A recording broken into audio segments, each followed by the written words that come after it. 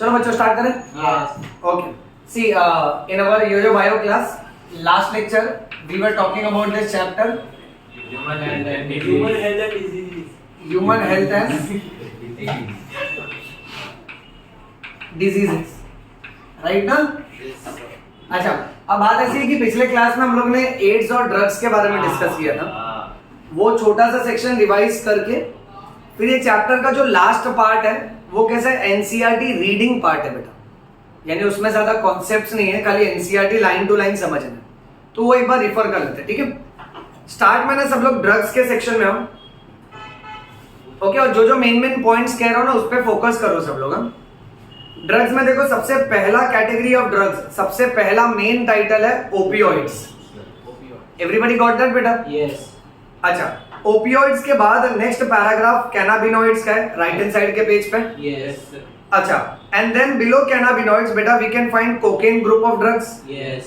Okay, starting with opioids, main point. Point number 1, opioids will always act on two important system, central nervous system and gastrointestinal tract। Confirm करो, मिला सबको? Central nervous system यानी brain और spinal cord पे काम करेगा, और बेटा गैस्ट्रोइंटेस्टिनल ट्रैक्ट यानी डाइजेस्टिव सिस्टम पे काम करेगा। सेकंड, इसमें से जो ड्रग्स मिलते हैं ना उसका सिंपल नाम है हेरोइन। क्या नाम है बेटा? हेरोइन। और इसका केमिकल नाम है डाई एसिटाइल मॉर्फिन। क्या नाम है बेटा? Diacetyl morphine. प्लीज चेक, इसको लोकल भाषा में क्या बोलते हैं? नहीं, एकदम लोकल ड्रग्स की भाषा में स्मैक बोलते हैं। क्या बोलते हैं? Snack. अब आपको ये याद रखना है, ओपियोइड्स, स्मैक, हेरोइन और डाइएसिटाइल मॉर्फिन ये सब सेम है बेटा। ओके, नेक्स्ट, इसका कलर क्या दिया बेटा? White. व्हाइट। इसमें ओडर, कोई स्मेल आती है कि नहीं आती है? नहीं। तो ओडरलेस है बेटा। आगे, इसका टेस्ट कैसा है? Bitter crystalline. कैसा है बेटा? हाँ, उसका कंसिस्टेंसी क्रिस्टलाइन है बट उसका टेस्ट बिटर है। चलो next paragraph. It is obtained by acetylation of morphine which is extracted from latex of Poppy plant. उस पॉपी प्लांट का नाम है पापावर सोमनीफेरम। पढ़े थे ना लास्ट लेक्चर में? Papaver Somniferum. ओके। आगे देखो बेटा, ये दिया है कि it is generally taken by snorting and injection, यानी ये ड्रग्स कैसे कैसे लिया जाता है? Inhalation and injection. इंजेक्शन समझ में आया, ठीक है? स्नॉटिंग क्या होगा? Inhalation. इनहेलेशन। समझ रहे हो बेटा? हाँ. ओके फाइन, ज्यादा एक्शन करके मत बताओ। Next, heroin is a depressant. Depressant यानी ये लेने के बाद इंसान जोश में आएगा कि सो जाएगा? सो जाएगा. इसमें सो जाएगा। डिप्रेसेंट ना, हाँ. यानी ये ड्रग्स लिया ना तो तुम गटर में पड़ा रहेगा हमेशा। हाँ. 2 दिन 3 दिन हो जाएगा, तुमको पता ही नहीं चलेगा। 3 दिन बाद उठेगा and then you will realise कि 2-3 घंटे ही हुए हैं। फिर आजू बाजू वाले बोलेंगे अरे 3 दिन से तू गटर में पड़ा था। Okay, so it's a depressant. ये सेंट्रल नर्वस सिस्टम की एक्टिविटी कम कर देता है। Next, it slows down body function. मिला बेटा? आगे, नेक्स्ट ड्रग्स का नाम है कैनाबिनॉइड्स। क्या नाम है? Cannabinoids. कैनाबिनॉइड्स जो है ये मिलता है एक प्लांट से जिसका नाम है कैनाबिस सटाइवा। क्या नाम है? Cannabis sativa. और इस प्लांट के इनफ्लोरेसेंस से ये ड्रग्स मिलता है। इनफ्लोरेसेंस यानी bunch of flowers, group of flowers is called as inflorescence. Okay, आगे, फ्लावर से, उसके लीफ से और उसका एक केमिकल है रेजिन, उसमें से अलग अलग ड्रग्स बनते हैं। पहला नाम देखिए बच्चों, मरीजुआना। क्या नाम है? Marijuana. नाम भी अच्छा रखा है, मरीजुआना। ओके, खाने के बाद मरी जाना है बेटा। Second, hashish. थर्ड, चरस। फोर्थ, गांजा. आराम, इतना एक्साइटेड हो क्यों बोल रहे हो? ये खराब सब्सटेंसेस बेटा। हाँ. जब भी ग्लूकोज, सुक्रोज ये सब है तब चिल्ला के बोला करो, ये बैड सब्सटेंसेस है बेटा। हाँ, गांजा। आगे, generally this is taken by inhalation and Oral injection. Oral injection. Injection यानी इसके पिल्स और टैबलेट्स आते हैं, बराबर है? हाँ, नहीं तो सोचोगे इंजेक्शन मुंह में मारा है। नेक्स्ट, और ये कौन से सिस्टम को अटैक कर रहे हैं? Cardiovascular system. ये कौन सा सिस्टम? हार्ट। करेक्ट। देखो बच्चों, on a serious note, NEET के हिसाब से ओपियोइड्स जो पढ़ा वो सेंट्रल नर्वस सिस्टम और गैस्ट्रो इंटेस्टिनल ट्रैक्ट को अटैक कर रहा था, यानी वो आपका डाइजेस्टिव सिस्टम और आपका नर्वस सिस्टम ये खराब कर देगा वो। और ये कैनाबिनॉइड्स नाम का जो ड्रग्स है ना, ये आपके हार्ट और ब्लड वेसल्स पे काम करेगा, इसीलिए cardiovascular system, where cardio is heart, vascular is blood vessels. Okay, next, third group of drugs, इसका नाम है कोका, इसका दूसरा नाम है कोकेन, इसका तीसरा नाम है कोक, इसका चौथा नाम है क्रैक। समझ रहे हो, ड्रग्स का IUPAC पढ़ रहे हैं हम लोग। ओके, 4 नाम बाय हार्ट करो। Number 1 Coca, number 2 cocaine, number 3 Coke, number 4 अच्छा क्रैक यानी कोकेन, और स्मैक यानी हेरोइन। याद आ रहा है? पक्का? Very nice. आगे, कोकेन नाम का जो ड्रग है ये कौन से अमेरिका में मिलता है? South America. साउथ अमेरिका बेटा। ओके, बहुत लंबा है, जाने दो, छोड़ो। नेक्स्ट, ऑनलाइन मंगा देंगे जोमेटो पे। चुप रहो, ए मजाक ना करो बेटा, पब्लिक में गलत मैसेज जाएगा। हाँ, फिर सॉरी बोलना पड़ेगा सबको। अच्छा, आगे बढ़ते हैं बेटा। Next, it interferes with a neurotransmitter which is called as dopamine. Dopamine brain के अंदर का एक केमिकल है, ये समझ रहे हैं ना? पहले हम लोग मस्ती में बात करते हैं, तुम्हें पॉइंट समझ रहे हो ना? हाँ, कोई दिल पे मत लेना कोई पॉइंट। ओके, सब दिमाग पे लेना बेटा। सब याद रखना। Next, then it has a potent stimulating action on central nervous system producing a sense of euphoria. Euphoria क्या होता है? A sense of good feeling. A sense of good feeling. Excitement. Excitement. मेरे बच्चे कितना होनहार है ना? हाँ, क्या? हाँ, पिछले लेक्चर में सिखाया था मैंने तुमको, दुष्ट कहेंगे। ये लेने के बाद ना पेशेंट को है ना बहुत अच्छा फील होने लगता है, इसको यूफोरिया बोलते हैं। क्या बोलते हैं? यूफोरिया। आगे, then increased energy, excessive dosage of cocaine causes hallucination. Hallucination क्या होता है? दिखाई दे रहा दिल भी जो नहीं हिंदी वर्ड हिंदी वर्ड वहम। Very nice. तू है ना नीट का पेपर हिंदी में देना।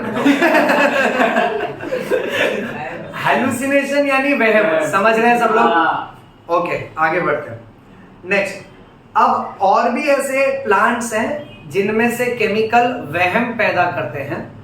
2 प्लांट का नाम है, पहले प्लांट का नाम है एट्रोपा बेलाडोना। क्या नाम है? Atropa belladonna. दूसरे प्लांट का नाम है दतूरा। क्या नाम है? दतूरा। समझ रहे हो बेटा? हाँ। ये दोनों प्लांट अहम है। क्या है बेटा? अहम। क्यों अहम है?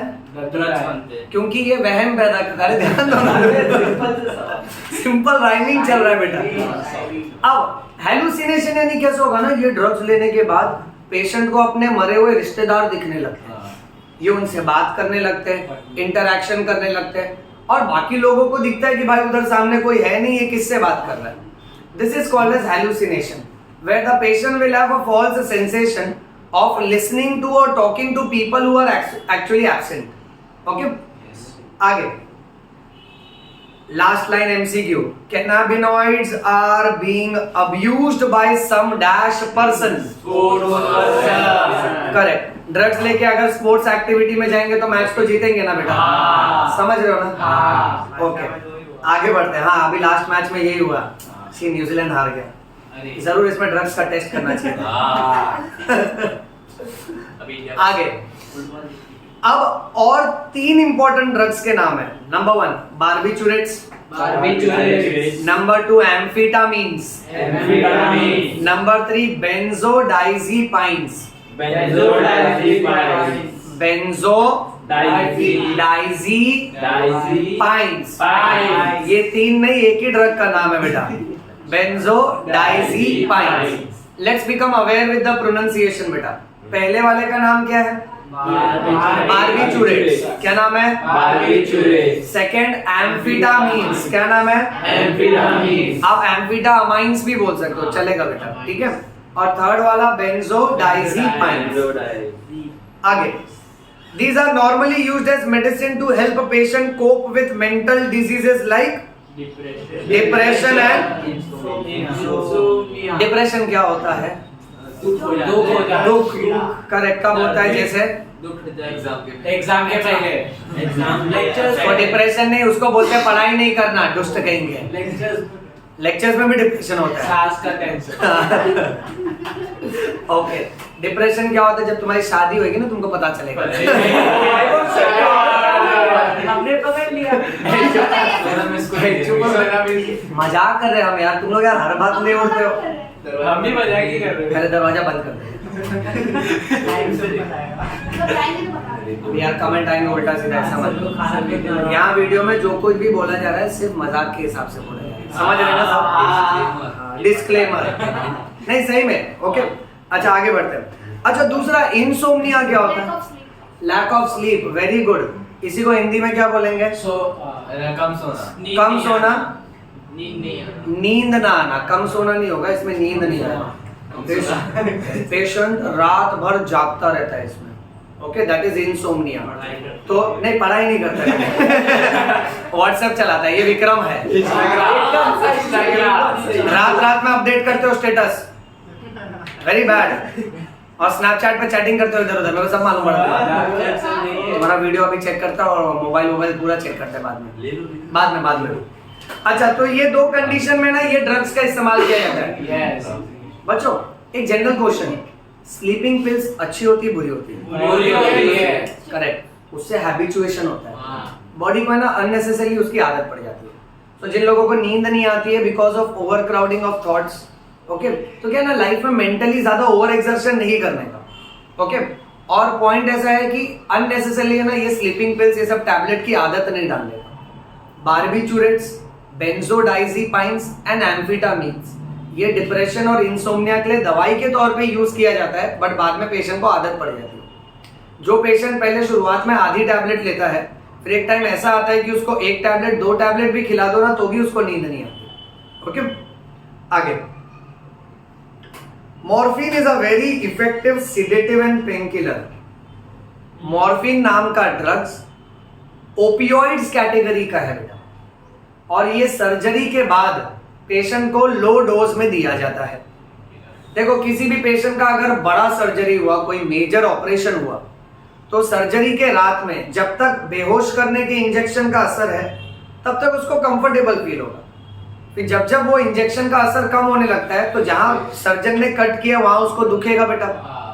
अच्छा, दुखने की वजह से उसको नींद नहीं आएगी, और नींद नहीं आने की वजह से उसको और दुखेगा। समझ रहे हो ना? यानी उसका ध्यान तो जख्म पे ही जाएगा बेटा। इसलिए अपने को एक ऐसी दवाई चाहिए जो पेशेंट को नींद भी दिलवा दे एंड साइड बाय साइड वो उसका पेन भी कम कर दे। The drug of choice is morphine. Morphine is a very good pain killer and it is a sedative. Sedative यानी वो दवाई जिसके बाद नींद आती है। समझ रहे हैं बेटा? आगे बढ़ते हैं। Several plants, fruits and seeds having hallucinogenic properties have been used for hundreds of years in folk medicine, religious ceremonies and rituals all over the globe. When these are taken for a purpose other than medicinal use or in amounts or frequency that impairs one's physiological or psychological function, it constitutes a drug abuse. ये line का meaning समझो। ऐसे बहुत सारे drugs और खराब chemical हैं जो हमारे देश में फोल्क मेडिसिन यानी पुराने जमाने की दवाई, सेकंड रिचुअल्स और कल्चर्स यानी अलग अलग रिलीजन में अलग अलग फेस्टिवल में, जैसे कॉमन एग्जांपल बात करते हैं, अगर भांग होली में पी जाती है सो भांग भी एक तरह का केमिकल है जिसके वजह से फिर नींद आती है और नर्वस सिस्टम में प्रॉब्लम होता है। करेक्ट है? तो अपने कंट्री में इन जनरल रिलीजन के नाम पे और अलग अलग रीजंस की वजह से ये केमिकल्स लिए जाते हैं। एनसीईआरटी हमको ये समझा रहा है कि अगर ये केमिकल्स को मेडिसिनल पर्पस के अलावा किसी और रीजन की वजह से लिया ना, तो ये उसका यूज नहीं, मिसयूज होगा, तो इसको एब्यूज ऑफ ड्रग बोलेंगे बेटा। और इसके वजह से किसी भी इंसान का फिजिकल, मेंटल और फिजियोलॉजिकल बॉडी फंक्शन खराब होगा। ये समझे बेटा? आगे अब ड्रग्स का पार्ट हो गया यहाँ, अभी नेक्स्ट पार्ट पे चलेंगे, that is smoking. Okay, smoking also paves the way to hard drugs. Tobacco has been used by human beings for more than how many years? 400 years. That is multiple choice question. आगे, tobacco is either smoked, chewed or used as a snuff. यानी tobacco को या तो फिर smoke किया जाता है cigarettes में, या तो उसको चबाया जाता है, या तो बहुत से लोग टोबैको या तो उसका धुआं सूंघते हैं बेटा, उसको स्निफ या स्नफ बोलते हैं। ओके, आगे, tobacco contains a large number of chemical substances including dash nicotine. Notice करो, nicotine will stimulate adrenal gland to release dash and dash. ये मैंने पिछले लेक्चर में बताया था बेटा। इस एड्रेनालिन और नॉर एड्रेनालिन की वजह से हार्ट रेट बढ़ेगा कि कम होगा? करेक्ट। देखो आगे का पॉइंट बेटा, adrenaline and nor adrenaline into blood circulation, both of which will raise the blood pressure and increase the heart rate. Smoking is also associated with increased incidence of cancer, cancer of lungs, cancer of urinary bladder and cancer of throat.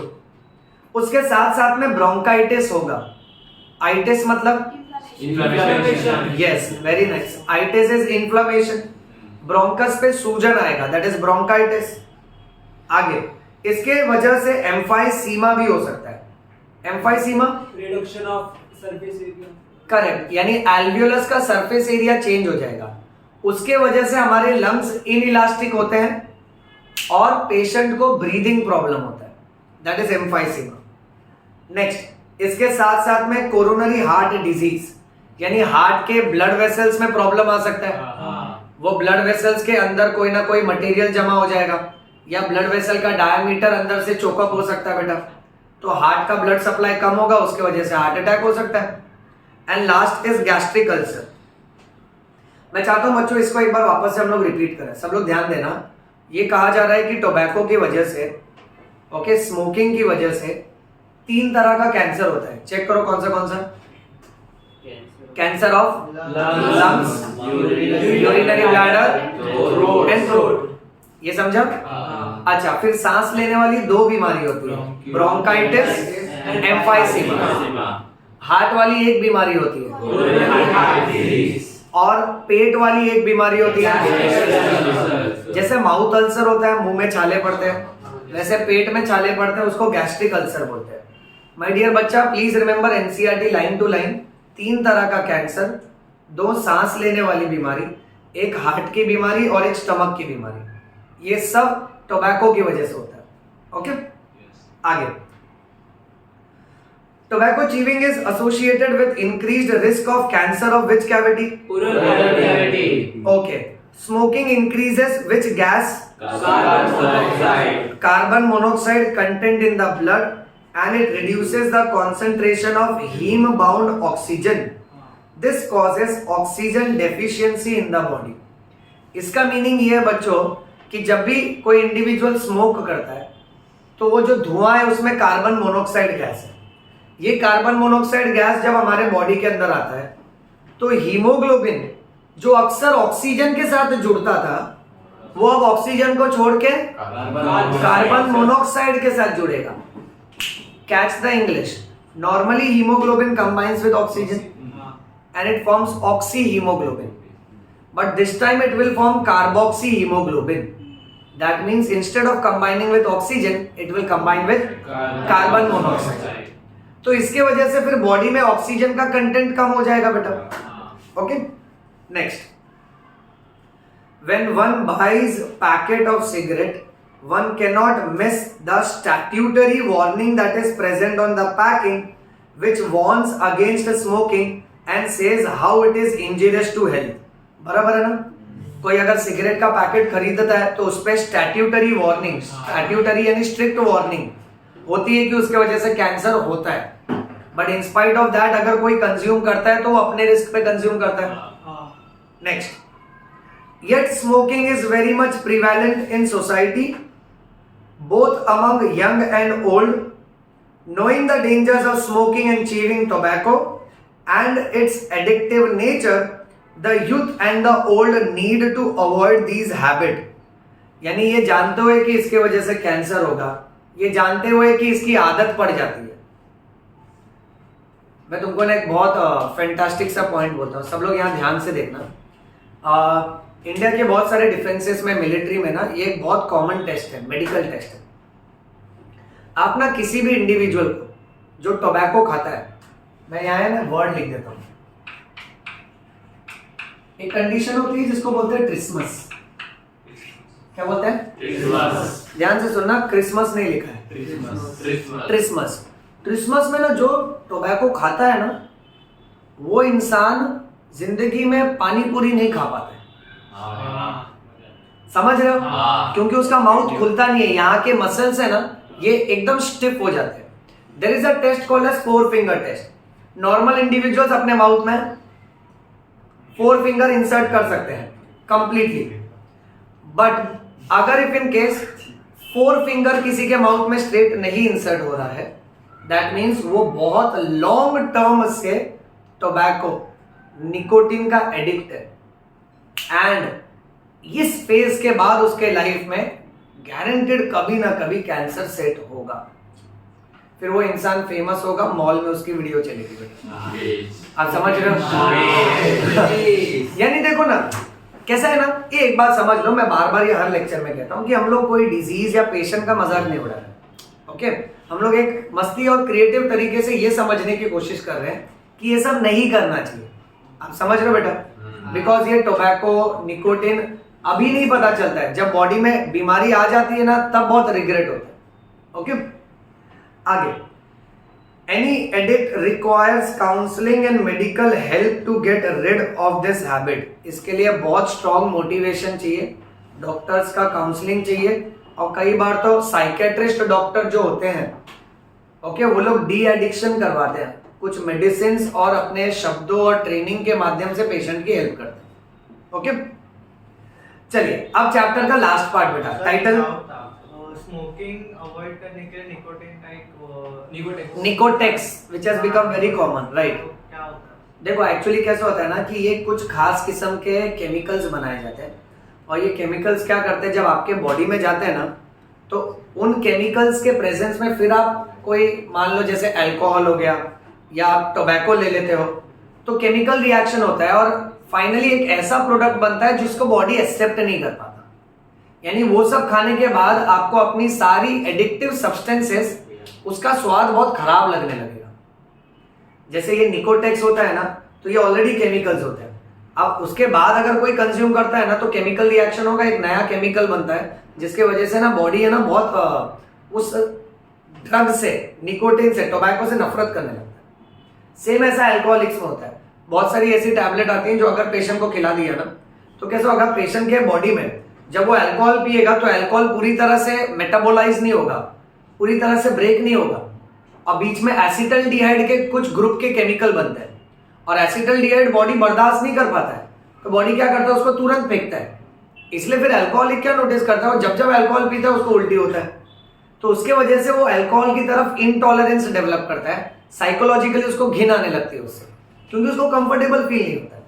सो ये medicine क्या करते हैं ना कि जो भी addictive substance है उसके साथ रिएक्ट कर जाते हैं, और कोई ऐसा केमिकल बनाते हैं जो बॉडी टॉलरेट नहीं कर पाएगा। ओके, बट मैं फिर भी एक बात बोल दूं तुमसे, कोई भी एडिक्शन से बाहर आने के लिए मेडिसिन मेन नहीं होता है, सबसे मेन होता है पेशेंट का विल पावर, उसका मेंटल कंडीशन, मतलब वो अगर छोड़ना चाहता है तो ही छोड़ेगा, वरना ऐसे भी लोग हैं तुम उनको गोली खिलाओगे, गोली भी खाएंगे, दारू भी पीते रहेंगे, चलो एक मजा और एक चीज ऐड हो गया। ओके, ऐसे भी लोग हैं, दे विल बी लाइक अच्छा स्टार्टर लेने की जरूरत ही नहीं। ओके सर, इसके ऊपर मतलब जैसे कि बताया कुछ साइकियाट्रिस्ट वजह से रिकवरी में हेल्प करते हैं, तो इसके ऊपर कोई करियर है क्या? यस, दो तरह का करियर होता है। These are people those who are specialised in de addiction, इसको डी एडिक्शन बोलते हैं। आप या तो साइकोलॉजी कर सकते हो या तो साइकेट्री कर सकते हो। अगर आप साइकेट्री करते हो ना तो आपको मेडिकल फील्ड से जाना पड़ेगा, यानी या तो एमबीबीएस या तो आयुर्वेदा या तो होम्योपैथी करना होता है, और ग्रेजुएशन करने के बाद पोस्ट ग्रेजुएशन करना होता है सिर्फ साइकेट्री डिपार्टमेंट में। साइकेट्री का फायदा ये होता है कि आप पेशेंट को काउंसिल कर सकते हो, उसके साथ साथ दवाई लिख सकते हो। You can officially prescribe medicine to the patient, फिर चाहे वो मॉडर्न मेडिसिन हो, एलोपैथी हो, आयुर्वेदा हो या होम्योपैथिक मेडिसिन हो। एट द सेम टाइम अगर कोई डॉक्टरी फील्ड में नहीं जाता है तो वो साइकोलॉजी कर सकता है। अब साइकोलॉजी में डिसएडवांटेज ये है कि वो लोग मेडिसिन नहीं प्रिस्क्राइब कर सकते, वो सिर्फ पेशेंट को काउंसिल कर सकते हैं। सो उसमें काउंसलिंग सेशन होते हैं और वो काउंसलिंग और ट्रेनिंग की वजह से पेशेंट का बिहेवियर और लाइफस्टाइल चेंज करवाने की कोशिश की जाती है। The whole idea is to motivate the patient so that the patient gets attracted towards a positive aspect. Okay, so इधर साइकोलॉजी और साइकेट्री। अच्छा चलो लास्ट सेक्शन थोड़ा फास्ट लेंगे बेटा, क्योंकि आधे से ज्यादा समझने लायक पार्ट ही है, जो नीट के हिसाब से जरूरी रहेगा उधर होते हैं, ठीक है। Adolescence and drug and alcohol abuse. Adolescence means a period and a process during which a child becomes mature in terms of his or her attitude and beliefs for effective participation in society. The period between 12 to 18 years of age may be thought of as adolescence period. So adolescence period कितने से कितने के बीच का बोला है? 12 to 18 years. अच्छा, adolescence period को आप puberty भी बोल सकते हो। So whether you call it as adolescence और बच्चा you call it as puberty, अब देखो ना, जब 12 साल के नीचे उम्र का कोई होगा तो हम लोग उसको बच्चा बोलेंगे ना, so that will be childhood. और अगर कोई 18 के ऊपर है तो उसको बच्चा नहीं बोल सकते ना, वो बड़ा बच्चा है बेटा, दैट इज अडल्टहुड। तो चाइल्डहुड और अडल्टहुड के बीच वाले फेज को क्या बोलना है? एडोलेसेंस। क्या बोलना है? नाउ एडोलेसेंस एक ऐसा फेज है आपके लाइफ का जहां आपके लाइफ में ऐसे बदलाव आते हैं जहां चाइल्डहुड धीरे धीरे खत्म होता है और आप अडल्टहुड मैच्योरिटी की तरफ बढ़ते हो। तो आपके माइंड लेवल पे, फिजिकल बॉडी पे, इमोशनल माइंड पे बहुत सारे चेंजेस आते हैं। ओके, अच्छा यहाँ एक लाइन लिखी है, इफेक्टिव पार्टिसिपेशन इन सोसाइटी। करते हैं कि नहीं करते बेटा? अब मान लेते सपोज फॉर एग्जांपल अगर 10 साल का बच्चा है, ठीक है, तो 10 साल का बच्चा घर में, सोसाइटी में कोई पार्टिसिपेशन नहीं करता है, उसको खाली इतना मालूम है सबको परेशान करने का, राइट। अब जैसे सपोज सिंपल एग्जांपल ले लेते हैं, जैसे घर में अगर टीवी लेना है तो बच्चे को सिर्फ इतना मालूम है अपने को रिमोट पटकना है, कौन से ब्रांड का टीवी लेना है, क्या है, कोई पार्टिसिपेशन है। अब यही मान लेते हैं अगर आप इस एज ग्रुप के हो तो आप भी पेरेंट्स को सजेस्ट करोगे ना कि मैंने ये अमेजोन पे देखा, इसका रेट इतना है, मेरे फ्रेंड ने ये टीवी लिया था, मतलब आप पार्टिसिपेट कर रहे हो। ये होने लगता है बच्चों, बिकॉज ये एज ग्रुप ऐसी रहती है। ओके, आगे नेक्स्ट लिखा है, in other words adolescence is a bridge. Bridge पे आ गए सब? हाँ, ओके, कूदना नहीं है बेटा। Linking childhood and adulthood. Adolescence is accompanied by several biological and behavioral changes. Biological changes क्या होता है? हॉर्मोन्स। Very good. आप स्कूल का फोटो देखिएगा 10 साल का, no moustache no beard, right. फिर वही आप 19 साल 20 साल 25 साल में देखोगे, स्कूल का फोटो देखते बोलते ये कौन अच्छी गंदा सा, राइट। ओके, सब लोग अपना आधार कार्ड का फोटो देख के छुपाते हैं ना, है ना? हाँ, कॉमन है बेटा, ये बायोलॉजिकल चेंजेस है। अब मुझे एक बात बताओ, बिहेवियरल चेंजेस क्या होता है? करेक्ट, बिहेवियर चेंज होता है, यानी अब इस एज ग्रुप में आप वो सारी हरकतें नहीं करते हो जो आप चाइल्डहुड में करते थे। सुनो बेटा, चलो आगे। Adolescence thus is a very vulnerable phase of mental and psychological development of an individual. Vulnerable यानी रिस्क। ये पीरियड एक रिस्क जैसा है कि आपके साइकोलॉजिकल चेंजेस में अगर कोई पॉजिटिव बात आई तो अच्छा है, तो आपका लाइफ प्रोडक्टिव होगा, बट कोई नेगेटिव बात आई तो लाइफ डिस्ट्रक्टिव होगा। आगे, curiosity, need for adventure and excitement and experimentation constitutes common causes which motivates youngsters towards a drug and alcohol use. एक यंगस्टर अगर ड्रग्स और अल्कोहल लेता है तो किस रीजन की वजह से? नंबर 1 क्यूरियोसिटी, कि चलो लेकर देखते क्या होता है, number 1। Number 2 excitement and experimentation. Okay, experiment के थ्रू। अब ये इन जनरल इसी में लोग फंसते हैं बेटा, ओके आगे A child's natural curiosity motivates him or her to experiment. This is complicated further by effects that might be perceived as benefits of alcohol or drug use. अब जैसे मान लेते हैं मूवी में अगर कोई एक एक्टर स्मोक कर रहा है तो एक एकदम छोटा बच्चा उसको तो लगेगा एक्टर है हीरो है तो ये बहुत कूल दिखता होगा स्मोक करना, तो ये गलत इन्फ्लुएंस होता है ना बेटा. सो एडोलेसेंस में यही होता है, हम लोग बहुत इजीली इन्फ्लुएंस हो सकते हैं.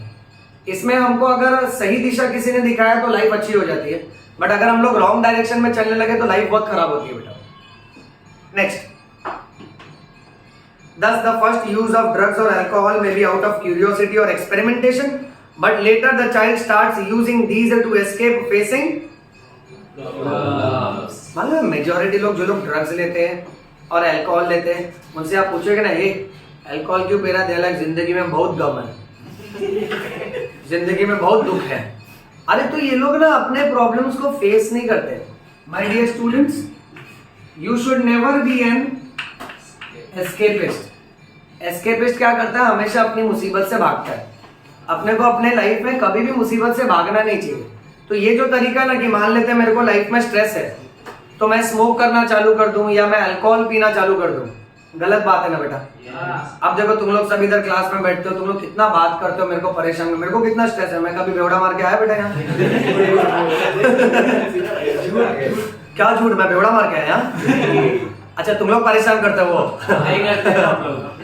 राइट. ओके, जोक्स अपार्ट, वापस डिस्क्लेमर, यहाँ की गई सारी बातें मजाक में है बेटा. ओके, इसको दिल पे ना लो. हाँ वीडियो के पहले डाल देंगे बेटा. ओके नहीं, on a very serious note, कैसा ना कि लोग ये जो करते हैं बहुत गलत है. फिर ये लोग ब्लेम करते हैं अपने हालात को, यार मैं बहुत स्ट्रेस में था इसलिए मैं दारू पीता हूँ. ऐसा नहीं होता है. आप अपनी प्रॉब्लम्स को फेस करो, उससे फाइट करो, क्योंकि ये कैसा है ना, ये बहुत डार्क सर्कल है. इसमें अगर आप अटके ना तो ये आपको निकलने नहीं देगा इतना आसानी से. इधर इंसान जाता है अपने मर्जी से, ओके, उसके बाद निकल नहीं पाता है बेटा, फिर जाता ही है सीधा फोटो दीवार पे. समझ रहे हो? हार और अगरबत्ती के साथ. ब्रांड बताओ कौन सा अगरबत्ती? मुकेश.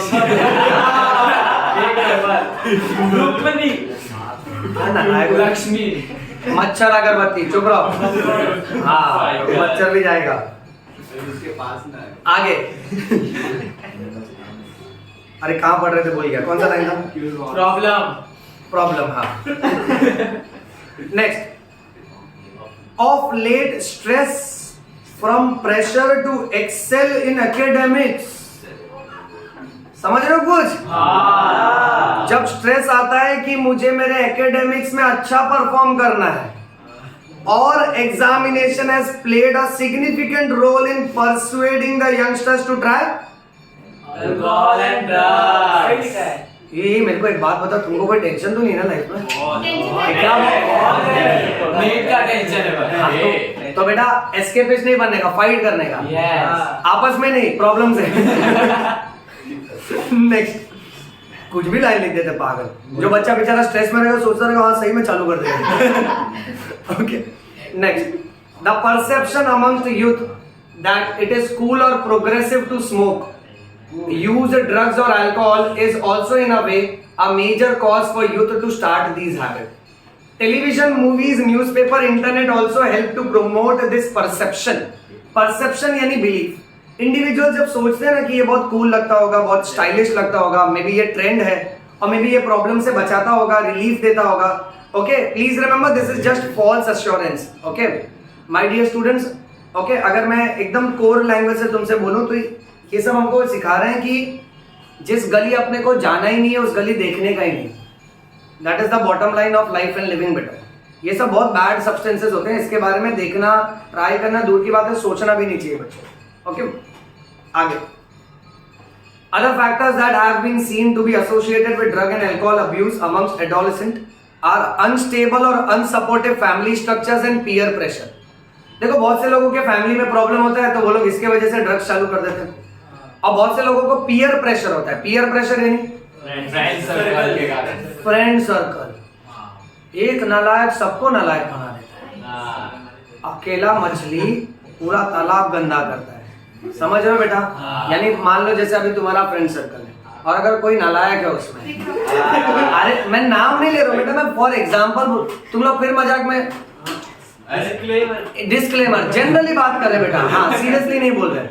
सुनो बात है दोस्तों, सपोज फॉर एग्जांपल अगर एक को आदत है तो धीरे धीरे वो क्या करेगा, सबको आदत पड़वा देगा। हाँ। अब फिर ये लोग क्या करते हैं, जो जिसको आदत नहीं पड़ा ना उसको प्रेशराइज करते हैं, हे तू एक सिगरेट पी के दिखा, नहीं लाइक नहीं मुझे नहीं पीना है, देन उसको प्रेशराइज करते, उसको बोलते देखो ग्रुप से आइसोलेट कर रहे हैं, और या तो उसको चिढ़ा लेते हैं तू मर्द ही नहीं है। ऐसा मेल्स में ना सबसे कॉमन है। So as to put them down and to get certain work out of them, this is extremely wrong. My dear youngsters please remember, एक बड़े भाई के नाते बोल रहा हूँ कि ये सब ना फालतूगिरी होता है, ठीक है, इससे संभल के रहने का बच्चों। ओके आगे next paragraph, addiction and dependence. Because of the perceived benefits drugs are frequently used, क्या दिया, रिपीट इडली मतलब बार इडली रिपीट करो बार बार। हाँ इडली खाना चाहिए, अच्छी बात है बेटा। रिपीट इडली यानी बार बार रिपीट करना। The most important thing which one fails to realize is the inherent addictive nature of alcohol and drugs. Inherent यानी inbuilt, ये सारे केमिकल्स का इनबिल्ट प्रॉपर्टी है कि ये आपको आदत पड़वा देंगे, डिपेंडेंस प्रोड्यूस करेंगे बेटा। Okay next, addiction is a psychological attachment to certain effects such as euphoria and a temporary feeling of well-being associated with drugs and alcohol. Patient जब जब ड्रग्स और अल्कोहल लेता है तो उसको अच्छा महसूस होता है, फिर वो बार बार अच्छा महसूस करवाने के लिए वो वही आदत बार बार रिपीट करता है। इसको एडिक्शन तब बोलते हैं जब इंसान है ना ये सब्सटेंसेस ना ले, उसको बहुत बेचैनी होने लगती है, वो रेस्टलेस होने लगता है और वो मजबूर हो जाता है ये सब्सटेंसेस लेने पे। इसीलिए ड्रग्स के मामले में बहुत सारे यंगस्टर्स को बेवकूफ बनाया जाता है। अगर मैं बहुत सीरियस नोट पे तुमसे कहूं बच्चों, तो कैसा ना कि बहुत सारे लोग जानबूझ के ना फ्रेंड्स को इन्वॉल्व करते हैं ड्रग्स में, उनसे पैसे ऐंठने के लिए, क्योंकि उनको मालूम है स्टार्टिंग में इसको अगर ये ड्रग्स फ्री में दिया ना तो इसको यूफोरिया होएगा, इसको अच्छा फील होएगा, उसके बाद इसको फिर इसकी आदत पड़ जाएगी और फिर ये कोई ना कोई चीज, घर का सामान इधर उधर चोरी करना चालू करेगा, बेचना चालू करेगा। You have seen that movie, Sanju movie? उसका दोस्त कैसा दुष्ट था ना उसमें, खुद ग्लूकॉन डी पाउडर लेता था उसको ड्रग्स देता था और उसको डायलॉग मारता था, तू मेरा वाला मत ले बहुत हार्ड है जबकि खुद कार्बोहाइड्रेट्स ले रहा है, न्यूट्रिटिव पाउडर ले रहा है, व्हाइट पाउडर, और उसको गलत ड्रग्स देता था। तो ये सब होता है, ये संभालने का बेटा। सर अभी नहीं, ये ड्रग्स और ये नहीं मिला तो फिर क्या होता है? ड्रग्स और ये नहीं मिलता ना, देख मैं तुझे एक सिंपल सा पॉइंट बोलता हूँ, ये कैसी बात है मालूम है, यहाँ पे ना जो बेचैनी मैं बोल रहा हूँ ना, यानी ये पर्सन ना एकदम अनस्टेबल हो जाएगा। सो मेंटली है ना ये बहुत हड़बड़ाहट करने लगेगा, इसकी बॉडी ट्रेम्बल करने लगेगी, यानी बॉडी कांपने लगेगी। और ये कैसा हो गया कि मान लो जैसे अगर तुमको भूख लगी है और तुमको खाना नहीं मिला, या मान लो तुमको प्यास लगी है, तुमको पानी नहीं मिला, तुम्हारे हाथ में एग्जाम पेपर है, तुमको आंसर नहीं मिला कैसा फीलिंग आता है बेटा? सो यहाँ पर भी ऑलमोस्ट सेम फीलिंग आएगा और इसीलिए जल्दी से जल्दी वो सब्सटेंसेस लेने की कोशिश कर। ओके आगे बढ़ते हैं। नेक्स्ट कौन से लाइन पे रुके थे? अल्कोहल। हाँ ठीक है बेटा, थोड़ा प्यार से बोलो यार तुम लोग तो। Next, these drive people to take them when their use becomes self-destructive. With repeated use of drugs, the tolerance levels of the receptor present in our body increases. Consequently, the receptors will respond only to higher doses of drugs or alcohol, leading to greater intake and addiction. सोचो अगर आप कोई भी drugs लेते हो तो वो जो ड्रग है ना वो आपके बॉडी का जो सेल है उसके ऊपर खास किस्म का रिसेप्टर है, उसके साथ जाके जुड़ेगा ये, जैसे कुछ इस तरीके से। ओके अब बात ऐसी है ना, फिर ये रिसेप्टर्स को आदत हो जाती है, फिर इनको ना ड्रग्स थोड़े क्वांटिटी में नहीं चाहिए, फिर ये रिसेप्टर्स को टॉलरेंस डेवलप हो जाता है। टॉलरेंस यानी ये ड्रग्स अगर थोड़े क्वांटिटी में आए ना तो वैसा इफेक्ट नहीं प्रोड्यूस करते, और ज्यादा ड्रग्स चाहिए रहता है तब जाके वैसा इफेक्ट प्रोड्यूस करते हैं। जैसे मान लेते हैं किसी पेशेंट ने आधा टैबलेट खाया, नींद का टैबलेट, तो उसको मस्त 4 घंटा नींद आया। अब ये 1-2 साल से खाया जा रहा है बिना डॉक्टर से पूछे, तो अब क्या हो गया, ये जब एक टैबलेट भी खा रहा है ना तो भी मुश्किल से इसको 2 घंटा नींद आ रही है, तो ये क्या करता है 2 टैबलेट खाने लगता है। इसको बोलते हैं टॉलरेंस। बॉडी ने टॉलरेट कर लिया, बोला हाँ ये केमिकल तो रोज आता है, अब ज्यादा डोज में आएगा तब हम वो इफेक्ट देंगे, नहीं तो वो इफेक्ट नहीं देंगे। और ये बहुत बुरा होता है। इसकी वजह से इंसान हर बार मजबूर हो जाता है कि हर नेक्स्ट इनटेक में वो हायर डोजेस लेता है, और फिर एक डोज ऐसा आता है जहां पेशेंट बहुत अल्कोहल पी लेता है या बहुत ड्रग्स ले लेता है, जिसको लीथल डोज बोलते हैं। लीथल डोज यानी फिर उसके जिंदगी के लिए वो लाइफ थ्रेटनिंग हो जाता है बेटा। Okay, next, however it should be clearly borne in mind that use of these drugs even once can be a forerunner to addiction। forerunner to addiction यानी अगर आपने कोई ड्रग्स सिर्फ एक ही बार लिया तो यह आपकी एडिक्शन की शुरुआत भी हो सकती है। कुछ लोग बोलते हैं ना नहीं मैं एक ही बार लेगा फिर छोड़ देगा, कल एक बार ट्राई करना है, तो वो एक बार मल्टीपल बार हो जाता है बेटा। Okay, next, does the addictive potential of drugs and alcohol pull the user into a vicious circle leading to their regular use, that is abuse, from which he or she may not be able to get out? In the absence of any guidance or counseling, the person gets addicted and becomes dependent on their use.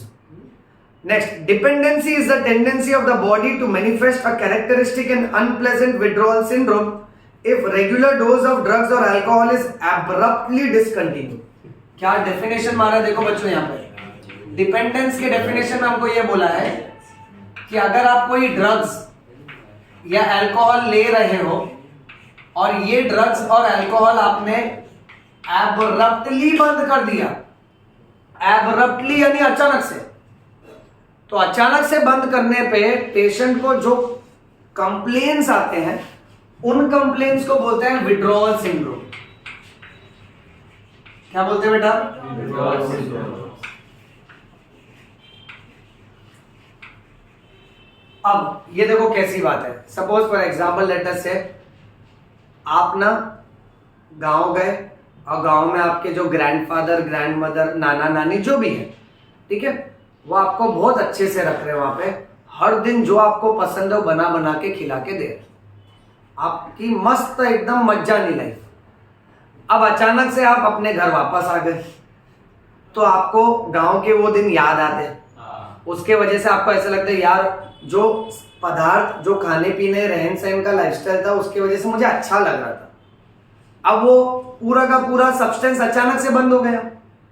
Okay, एक alcoholic जब constantly alcohol P रहा है, अचानक से अगर उसका alcohol बंद हुआ तो उसको विड्रॉल सिंड्रोम आता है, यानी उसको एक ऐसा अटैक आएगा जहां उसका बॉडी उसको मजबूर कर देगा कि तू वापस से ड्रग्स ले, वापस से अल्कोहल ले।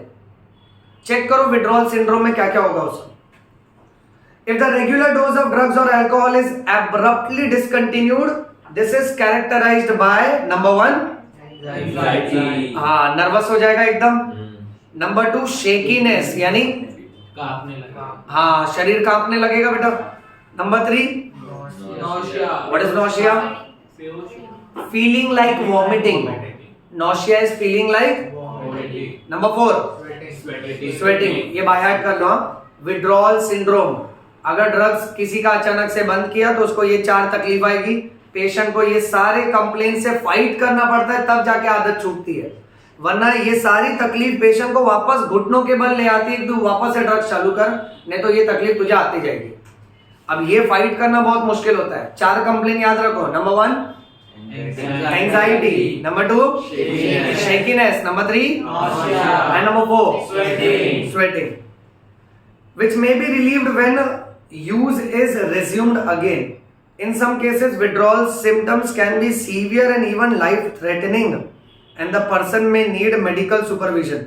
सोचो अगर कोई अल्कोहल बंद कर देता है और उसको है ना बहुत नौशिया, वॉमिटिंग, उल्टी वगैरह चालू हो गया, उसके वजह से वो डिहाइड्रेशन में गया, ब्लड प्रेशर कम हो गया, चक्कर आया, गिर गया, तो इसके वजह से उसका डेथ भी हो सकता है।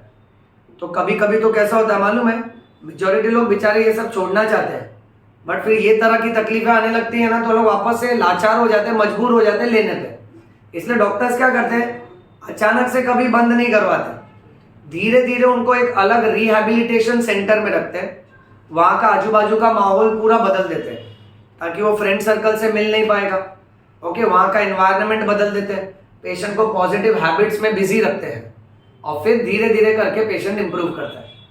सर उनको डाइल्यूट करके दिया तो हाँ यही मतलब मोस्ट ऑफ द टाइम यही करते हैं, यानी डॉक्टर से ना ये नहीं कर बोलेंगे कि आप एकदम बंद करो, या तो क्वांटिटी कम करते हैं या तो डाइल्यूट करवाते हैं, ठीक है। फिर कैसे ना कि जहाँ एक दिन में 3 बार था, फिर 3 दिन में 1 बार, 4 दिन में 1 बार, धीरे धीरे करके लो लो करके फिर उसको उससे निकाल दिया जाता है। Okay, next, dependence lead the patient to ignore all the social norms in order to get sufficient funds to satiate his और her needs. This can result in many social adjustment problem. सोचो नहीं अब क्या होगा मालूम है, अगर उसको अल्कोहल पीना है तो वो चोरी चालू कर देगा, उसके लिए फिर वो कोई भी क्राइम कर सकता है, क्योंकि उसकी जो ज़रूरत है शरीर और उसके मन की वो सिर्फ अल्कोहल से पूरी हो सकती है, और अल्कोहल के लिए पैसा चाहिए, और अगर उसके पास पैसा नहीं है, वो इनडिसिप्लिन लाइफ जी रहा है, तो वो कुछ भी करेगा फिर उसके लिए। नेक्स्ट, इफेक्ट्स ऑफ ड्रग और alcohol abuse.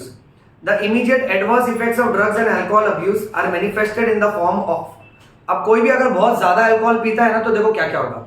Number 1, reckless behaviour. Reckless यानी केयरलेस बिहेवियर। एक अल्कोहलिक ध्यान देगा क्या कि रास्ते पे किसको चिल्ला रहा है, किसको मार रहा है, क्या कर रहा है? नहीं। Second, vandalism. वैंडलिज्म यानी गुस्सा, बहुत ज्यादा गुस्सा में रहेगा, वो एक्सट्रीम एंगर में रहेगा। Third, violence. वायलेंस यानी मारामारी। बट सुनो, यहाँ मोस्ट ऑफ द टाइम मारामारी की वजह है ना बहुत छोटी सी रहेगी, छोटे छोटे रीजंस की वजह से ना सामने वाले को बहुत ज्यादा इंजर कर देगा बेटा। Okay, next, excessive doses of drugs में लीड टू कोमा नहीं है,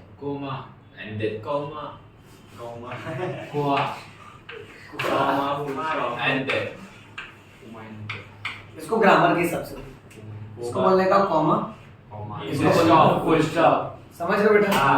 आगे नेक्स्ट, अब ये डेथ क्यों होगा? Because of respiratory failure, heart failure and cerebral haemorrhage. Brain के अंदर ब्लीडिंग चालू हो जाएगा बेटा। Okay, a combination of drugs or their intake along with alcohol generally results in overdosing and even death। ये तो महान लोग होते हैं। देखो, एक होता है अल्कोहलिक, एक होता है ड्रग्स, ये दो अलग अलग जात समझ वाले हैं। बट कोई इंसान ऐसा है कि सर कंबाइनिंग इक्वेशन 1 and 2 दोनों ट्राई करते हैं, यानी अगर अल्कोहल और ड्रग्स अगर वो दोनों ले रहा है तो ये तो अलग ही रिएक्शन होता है बॉडी में, ओवरडोज होता है और इसके वजह से डेथ के चांस रहते हैं। मतलब इसमें सबसे बेस्ट यूफोरिया आएगा उसको, समझ रहे हो? यही लाइन है। The most common warning science of drug and alcohol abuse amongst youth. कोई भी इंसान ड्रग्स या अल्कोहल ले रहा है चुप चुप के, कैसा पता चलेगा यंग एज में? Number 1, drop in academic performance. ये क्या वेदर पे तुम लोग सबका मार्क्स चेक करना पड़ेगा अभी मेरे को। नेक्स्ट, चलो और भी पॉइंट है, कोई बात नहीं, आगे भी मैच करते हैं। Unexplained absence from classes. School and college बिना रीजन के एब्सेंटी। आदित्य एब्सेंट है ना आज? हाँ, ये भी पता लगाना पड़ेगा। नहीं, आज आ गया है। 2 दिन से आ रहा है बस। आगे देखो, lack of interest in personal hygiene. नहाएगा नहीं वो, ये पक्का है ना? सब मैच हो रहा है ना? जी जी, ये बेटा लेक्चर के बाद तुम मेरे क्लिनिक में आना, ठीक है? दवाई नहीं, घस घस के निलाएंगे। Next, withdrawal. विड्रॉवल यानी ये ना अकेला अकेला रहना चालू करेगा, पहले सबसे मिक्सअप होएगा, फिर बाद में किसी से बात ही नहीं करता है। वो तो है। ओके, उसको देखो। अब नेक्स्ट, आइसोलेशन, खुद को आइसोलेट करेगा। डिप्रेशन, बेचारा हमेशा सैड रहेगा। देखो, इनको आप फोन करोगे ना, ये लाइक हेलो कैसा है, दे लाइक जिंदा हो। हमेशा रोते ही रहेंगे, ओके? हमेशा रोते। इनके पास देखो, एक जो पॉजिटिव रहता है ना इंसान, उसके साथ रहेगा, जो हमेशा हंसते रहेगा, क्योंकि ये आपकी सारी प्रॉब्लम्स का सोल्यूशन ढूंढता है। जो डिप्रेसिव होते हैं ये सारे सॉल्यूशंस में प्रॉब्लम ढूंढते हैं बेटा, ये वेरी बैड हैबिट है। Next, fatigue. मतलब बेहोश। बेहोश, फटीग,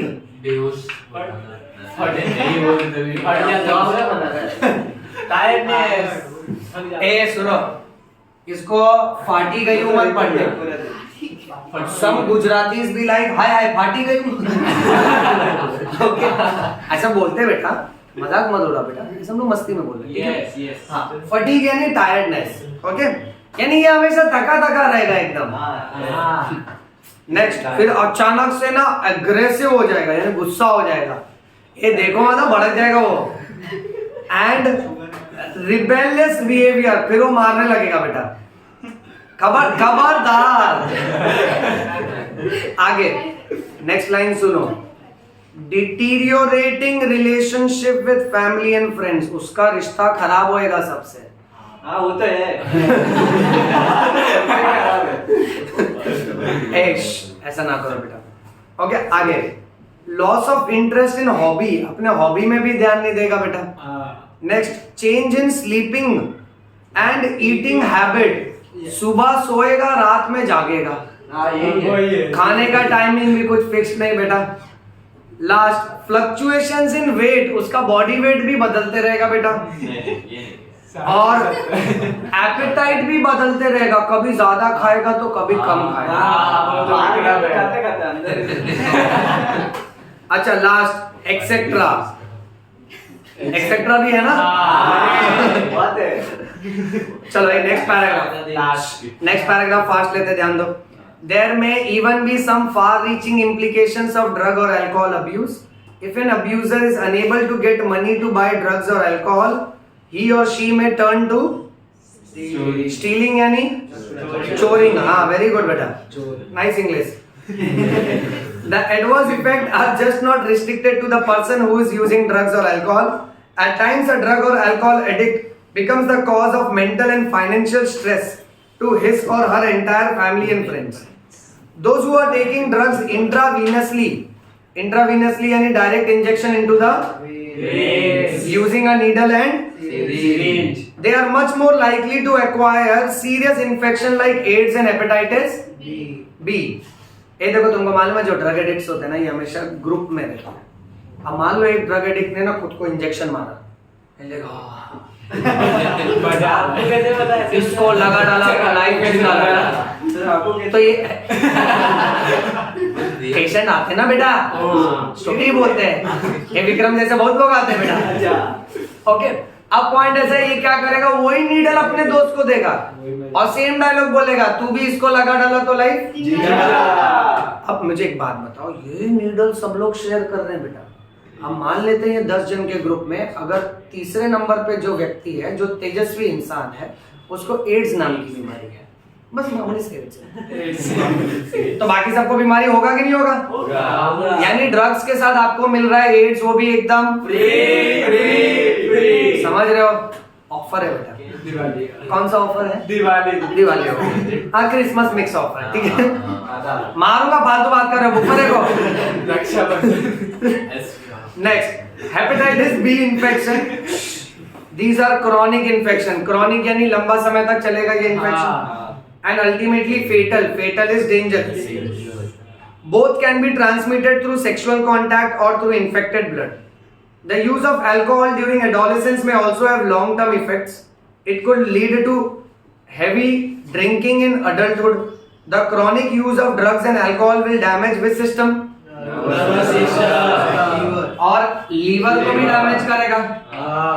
अल्कोहल जो पीता है उसके लीवर को होगा सिरहोसिस। क्या होगा?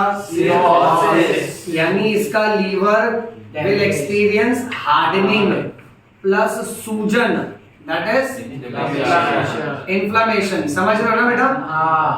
नेक्स्ट, सिरहोसिस मींस लीवर पे सूजन आएगी बेटा। ओके, ऐसे लीवर को स्टोन हार्ड लीवर बोलते हैं। स्टोन हार्ड का डॉक्टर जब पेट फील करता है ना, तो डॉक्टर को लीवर जो नॉर्मली सॉफ्ट फील होना चाहिए वो बहुत हार्ड फील होता है बेटा। Okay, that is cirrhosis. अरे भाई वो जेसी डॉक्टर है, जेसी बोले तो फुल फॉर्म बोलो, सॉरी बेटा। आगे जेई डॉक्टर तो नहीं होता है, पागल एब्सेंट। अभी तो बता, उसको हिचकी आ रहा रहेगा घर पे। नेक्स्ट, पर याद करने से हाँ नहीं कोई बात नहीं, उसको हिचकी आ रहा है, तुम लोग उसको ड्रग्स देते हो बेटा, ठीक है। The use of drugs and alcohol during pregnancy is also known to adversely affect the foetus. सोचो अगर कोई प्रेग्नेंट है और वो ड्रग्स ले रहा है तो अंदर बच्चे पे क्या इफेक्ट होगा? हाँ ले रही है, सॉरी हाँ।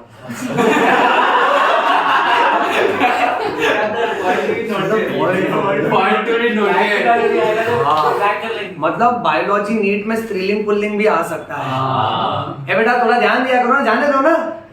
हाँ बट बरबर बोली तो डांट भी नहीं सकते। मान लेते अगर कोई ड्रग्स ले रहे हैं, समझ रहे हो, और वो प्रेग्नेंट है तो अंदर फीटस को भी प्रॉब्लम होएगा ना बेटा। फिर वो फीटस भी पैदा होते ही बराबर बोलेगा मेरे को दूध में आप नशा मिक्स करके दो। समझ रहे हो? आगे डिस्क्लेमर, यहाँ की गई सारी बातें सिर्फ और सिर्फ क्रिएटिव पॉइंट ऑफ व्यू है। इसका किसी लाइफ और किसी इंसान से कोई लेना देना। समझ गए? हाँ आगे बढ़ते हैं। नहीं नहीं अरे नहीं तो फिर लोग हरास हो जाते हैं, ऐसा नहीं करना चाहिए। Okay. After misuse of drugs is what certain sportsmen will do so as to enhance their performance. They will misuse narcotic analgesic. Analgesic क्या होता है? कैसी गंदी गंदी आवाजें निकलती। Analgesic is painkiller. अभी क्या फायदा, मेरे बोलने के बाद बोल रहा हूँ। Analgesic is painkiller. अब बहुत सारे स्पोर्ट्समैन इसका मिसयूज करते हैं। अब जैसे सपोज फॉर एग्जांपल अपना प्रदीप एक स्पोर्ट्समैन है। हाँ अरे यही तो इसका स्पोर्ट्स है, हंसाता है सबको पागल। नहीं सीरियस एग्जांपल। लेट अस से प्रदीप बॉक्सर बन गया। सर अच्छा जोक डाल ले बॉक्सर प्रदीप टाइसन। हाँ सपोज प्रदीप बॉक्सर बन गया। अब प्रदीप क्या है ना, उसको है ना मैच जीतना है बेटा, ध्यान से सुनना। तो एनाल्जेसिक का इंजेक्शन लेके गया। अब बात ऐसी है कि प्रदीप का फाइनल मैच हो रहा है कैफ के साथ। अरे वाह। ओके अब सुनो ध्यान से। प्रदीप इंजेक्शन लेके आया एनाल्जेसिक का, कैफ उसको मारे जा रहा है। प्रदीप को कोई असर नहीं हो रहा है। प्रदीप इज लाइक मर्द को so Kev starts thinking about himself. अरे मतलब कैप अभी सोच रहा है मैं इसको इतना मारा, इसको नहीं दुख रहा है ना, अब वो तो मारेगा ना। तो ऐसा स्पोर्ट्स पर्सन करते हैं, एनाल्जेसिक का मिसयूज करते हैं बेटा, समझ रहे हो? दुष्ट कहेंगे। नेक्स्ट एनाबॉलिक स्टेरॉइड का भी मिसयूज करते हैं। थर्ड एक स्पेशल दवाई का मिसयूज करते हैं जिसको डायूरेटिक बोलते हैं। क्या वो बोलते हैं? डायूरेटिक दवाई लेगा ना तो बहुत ज्यादा यूरिन पास करने को होगा बेटा। अब ये क्यों लेते मालूम है? पहले ना जब ड्रग्स लेते थे तो ब्लड चेकअप होता था। अब ब्लड चेकअप होता था तो अल्टीमेटली कैसा होता था, ब्लड में पता चल जाता था कि ड्रग्स है। फिर स्पोर्ट्समैन भी स्मार्ट हो गए, वो लोग भी एनसीईआरटी पढ़ के आने लगे। बोले हम भी पीसीबी वाले आज से। तो ये लोग बोले कि इनको सब ब्लड चेकअप से पता चलता है। अब एनसीईआरटी में लिखा है डायूरेटिक एक ऐसी दवाई होती है जिससे बहुत ज्यादा यूरिन होता है। तो लोग ड्रग्स लेते थे, स्पोर्ट्स जीत के आते थे, फिर फटाफट डायूरेटिक लेते थे। तो सबका सब ड्रग्स जो ब्लड में है वो यूरिन में एक्सक्रीट हो जाएगा, करेक्ट। बट इससे फिर एक प्रॉब्लम होती थी, ब्लड में डायूरेटिक के ट्रेसेस मिलते थे।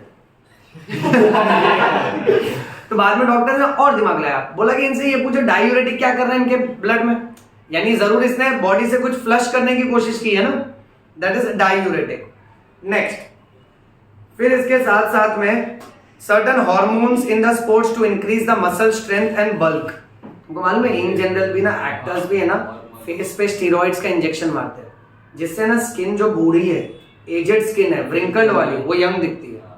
और फिर उसका असर उतर जाता है ना, फिर बुढ़ा हो जाता है लोग। ओके सो इस तरह के इंजेक्शंस का मिसयूज होता है। नेक्स्ट हाँ बट इससे एग्रेसिवनेस आता है और एथलेटिक परफॉर्मेंस इंप्रूव होता है बेटा। साइड इफेक्ट देखो, the side effect of anabolic steroid, अगर एक फीमेल ने ज्यादा ही स्टीरॉइड लिया तो वो फीमेल मैस्कुलिनाइजेशन फीचर्स लाइक, अब वो मिसेस से क्या बन जाएगी? यस। अब यानी देखो अब इसमें एग्रेसिवनेस आने लगा, बहुत भड़क जाएगी बेटा। ओके, उसके बाद मूड स्विंग्स यानी मूड क्या होता है? फ्लक्चुएट नहीं, आवाज बिहेवियर। और स्विंग्स चेंज हो जाना, झूलाना। ऑसिलेशन। तो ये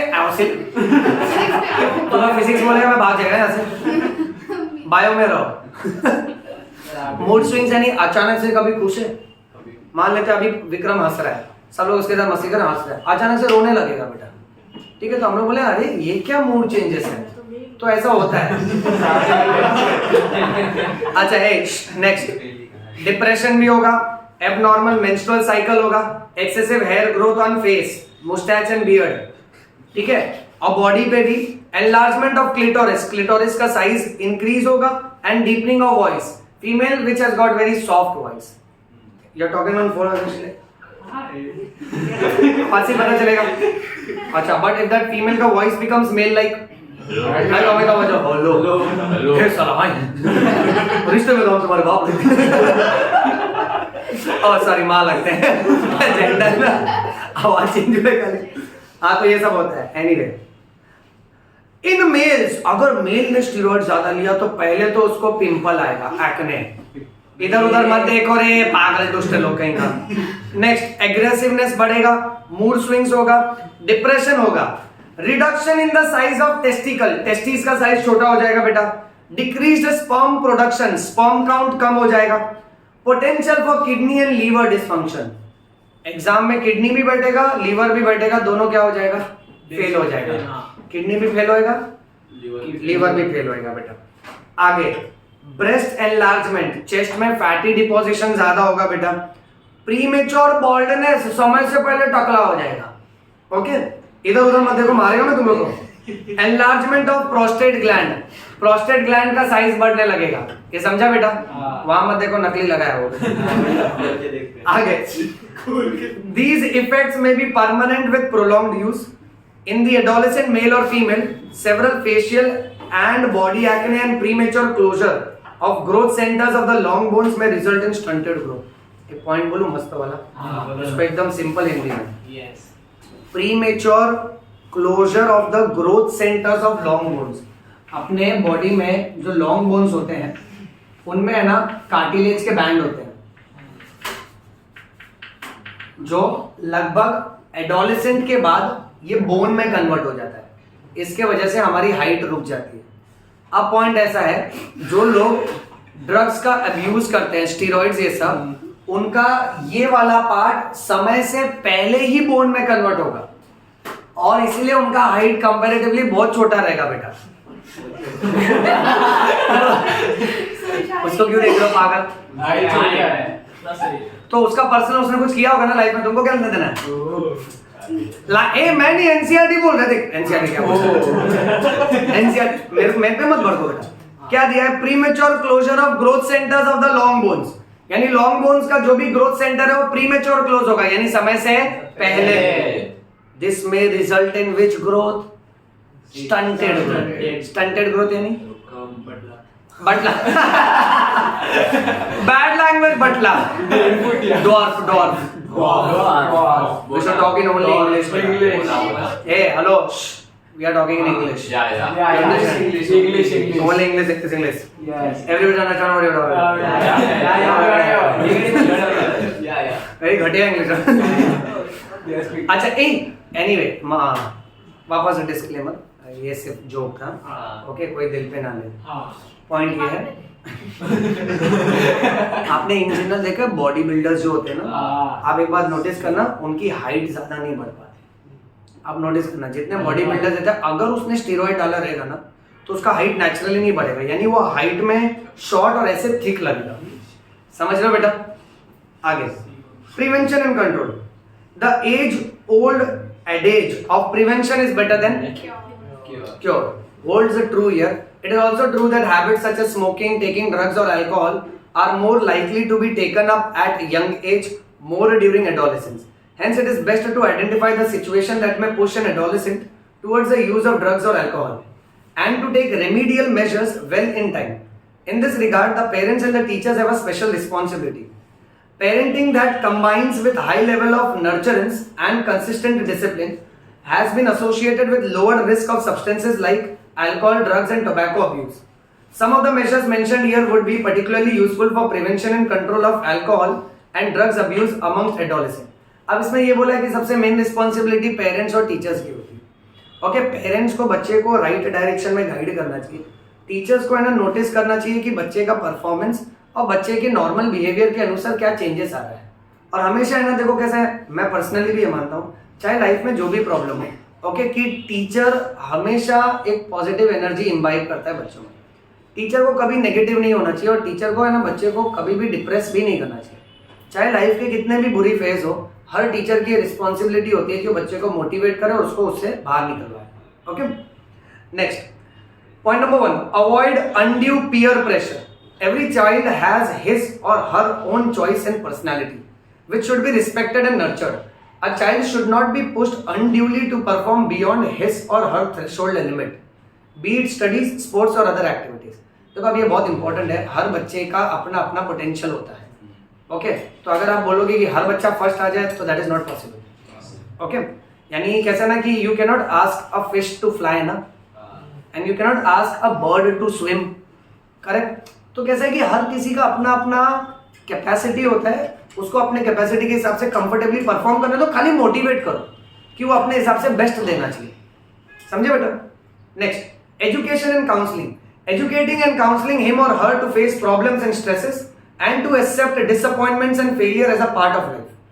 It would also be worthwhile to channelize the child's energy into healthy habits like sports, reading, music, yoga se hoga, and other extracurricular activities. Next, seeking help from parents and peers. Help from parents and peers should be sought immediately so that they can guide appropriately. Help may even be sought from close and trusted friends. Mark, trusted friends. कोई नहीं है. वही तो problem है. Next, besides getting proper advice to sort out their problems, this would help young to vent their feelings of anxiety and guilt. देखो कैसा हो जाता है ना, कई बार हम लोग नर्वस हो जाते हैं, कोई प्रॉब्लम में फंसते हैं, तो कई बार हमको पश्चाताप होता है कि ची मैं लाइफ में फालतूगिरी किया करके. तो इसमें कैसा है ना कि हमेशा या तो अपने फ्रेंड्स या तो अपने एल्डर्स, ओके, कोई कजिन, ब्रदर, सगा भाई बहन बड़ा हो, और या तो पेरेंट्स या तो टीचर्स, इनसे शेयर करना चाहिए ताकि वो लोग अपने लाइफ का बेस्ट एक्सपीरियंस आपको बताएं, ताकि आपके मन में जो भी आपको पश्चाताप या फिर आपका जो भी मिस्टेक्स या नर्वसनेस है उसको भुला के आप लाइफ में पॉजिटिविटी की तरफ फोकस करो बेटा. Next, looking for with science, danger science. Alert parents and teachers need alert. Southern India fights back. Alert parents and teachers need to look for and identify the danger signs discussed above. Even friends, if they find someone using drug or alcohol, should not hesitate to bring this to the notice of parents. हाँ, okay. और teacher in the best interest of the person concern. अगर कोई भी friend देखता है कि दूसरा friend खड्डे में कूद रहा है तो कूदने का नहीं, उल्टा जाके टीचर्स और पेरेंट्स को बताने का कि ये गटर में गिरा. समझ रहे हो. तो सीखो इससे. हाँ, अच्छा, इसलिए तुम लोग कंप्लेन कर रहे हो. बीट में आपका लेक्चर. दो दिन बाद appropriate measures would then be required to diagnose the